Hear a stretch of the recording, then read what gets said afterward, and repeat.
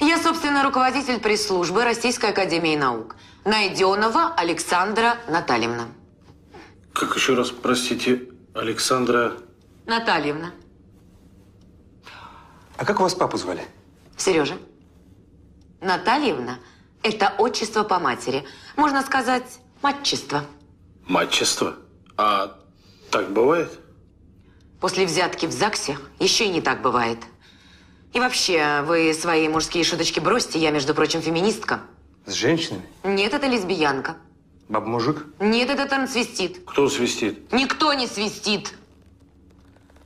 Я считаю женщин венцом творения. А мужчин гендерными узурпаторами. А, понятно. Ебанутая.